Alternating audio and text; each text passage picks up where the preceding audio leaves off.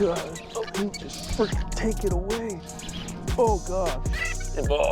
Oh my God. Oh, he's still on there. He ate it, bro. What is going on, bros and bro? That's the Koi King, the Dice Fuzzy baits, right? They're everywhere, they're surrounding you. But nobody's asking one question, even though they're winning like Bassmaster Opens, Photo Series, MLF events, nobody's asking like, is there a transition between all this forward-facing kind of hairy ball stuff and more traditional presentations, right? So NetBait just came out with this bait and it's kind of cool. It's called the Virus. So in my eyes, it's sort of a transitional bait. It's a fusion between like a beaver style bait and like the urchins, right? It's got all the appendages. So what I was kind of wondering is, can you flip it? Can you fish it more traditionally? Because I am the flippity doodah guy. So what I thought we'd do is, we're out here on beautiful Lake Gunnersville. It's the dead of summer. It's hot. Grass is coming up. Let's put that on a big weight, dude, and go and dangle it in some of these mats and see how they behave. Is it just as good as a beaver, better, or is it just kind of crap? Like, who knows? Hit that like and subscribe button. If you're sick of seeing fuzzy baits go like that, then maybe we can make them go, ah! That's a better one, dude. Whenever I see mats, I can't resist, so I'm not resisting my personal urge. Sees you.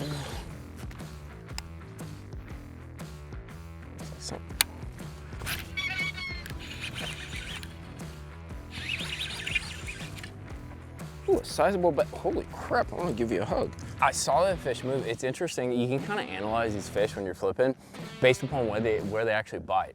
So I saw like a little dimple, like a little kind of, nothing big, not a big sploosh, he didn't eat anything, but he dimpled and I pitched it right to it. Bro, that bait never made it to the bottom and they ate it up high. And you have to kind of start analyzing that when you're doing this punching deal, because frankly, like, you gotta not waste time. There's so much grass in some of these lakes. Gunnersville is a great example that if they're that high, they're gonna eat it on the drop or when you pendulum it, and that's it. But you have to kind of pick up on it where they're getting that bait in the first place, dude, and where they're setting up.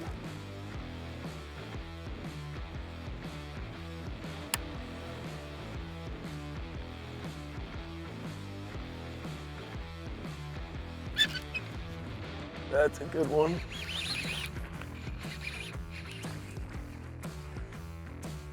That's the one we're looking for.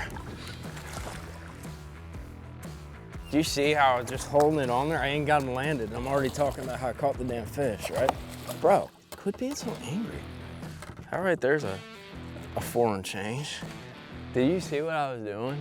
Just dangle doodling. God, that's a beauty. It's kind of post-spawn, actually. You can tell. It hasn't been long. Let me get her back in this grass right here.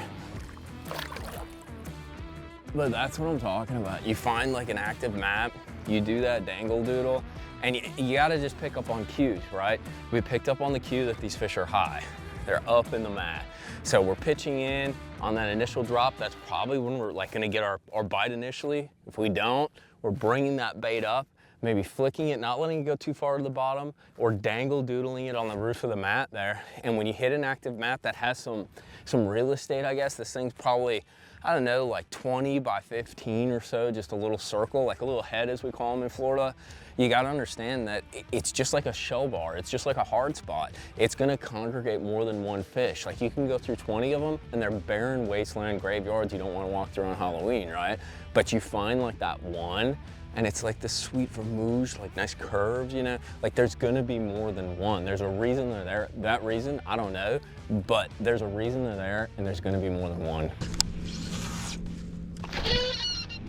God, just freaking take it away. Boys! He smoked it. I went to like lift it up and yo-yo it a little bit, and homie twinked the Virus. Look how freaking broad that thing is.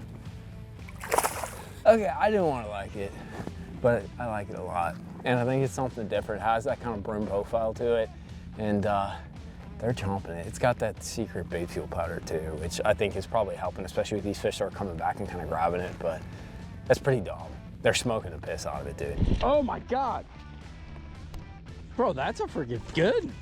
That's another 500. That's on the Virus again? Yeah, Virus again, dude. And these hooks, it's always right there up top. So I let camera guy kind of flip around because we're freaking smashing them, and I'm like, dude, you gotta get in on this. Look at that. Point and pull, buddy. Teaching the camera guy how to flip mats. Oh, I'll go get you. Come on, man. Have some freaking stones on you, bro. I don't want to break it. Like it's... Yeah, don't worry. Do I gotta reach down there and alligator grab him? Bro, he's like in it. Freaking 9-pounder. No, it ain't that big. It's a freaking solid one. Nice job. Cameraman on the board with the virus, dude. Nice job, friend. Oh, that's so cool. Bro, I done made a sloppy mess. We caught so many freaking fish. I have so much grass on the bed. So many dead soldiers, bro. I don't like the way this thing looks. I'll be totally honest. It's funky looking. It's kind of ugly, but it smoked them.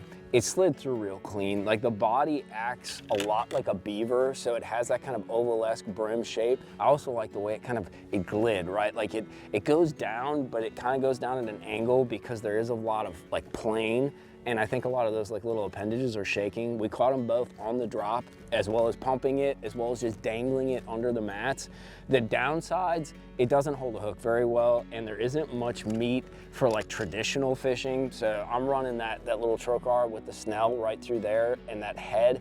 There isn't a lot of meat to hold that. So as you can see, like it burned through a lot of baits. We got dead soldiers everywhere. There's a lot of baits that got tore up. The body isn't that wide, and that's a blessing and kind of an inhibitor of a problem. One, we didn't miss a lot of fish because the body isn't that wide and the hook goes through it really well. Two, it gets tore up, right? You hook some fish, it tears up like that midsection of the body. It also has the new school, it's kind of like an American version of that JDM like bait powder stuff. So that bait fuel, it's a different version of bait fuel that's incorporated in it. And I think they hold on to it a little more, whether that's 1 second, 10 seconds, I don't know. Since it is kind of a non-traditional bait, I do want to test it in some other more traditional circumstances. So you're gonna see me out here probably in some future videos. I want to put it on a Carolina rig. I want to put it on the back of a jig. I want to drag it on a Texas rig, see how it does in the grass, and just kind of play with it in some of those traditional circumstances, as well as put it on the front looker on the cheating machine. I hope you guys enjoyed this video. I'll put a link to the virus, the rod that I use for punching, weights, hooks, all that stuff at Tackle Warehouse and Monster Bass for you guys to check out. We had a hell of a day. So we will catch you later, my homies. Peace.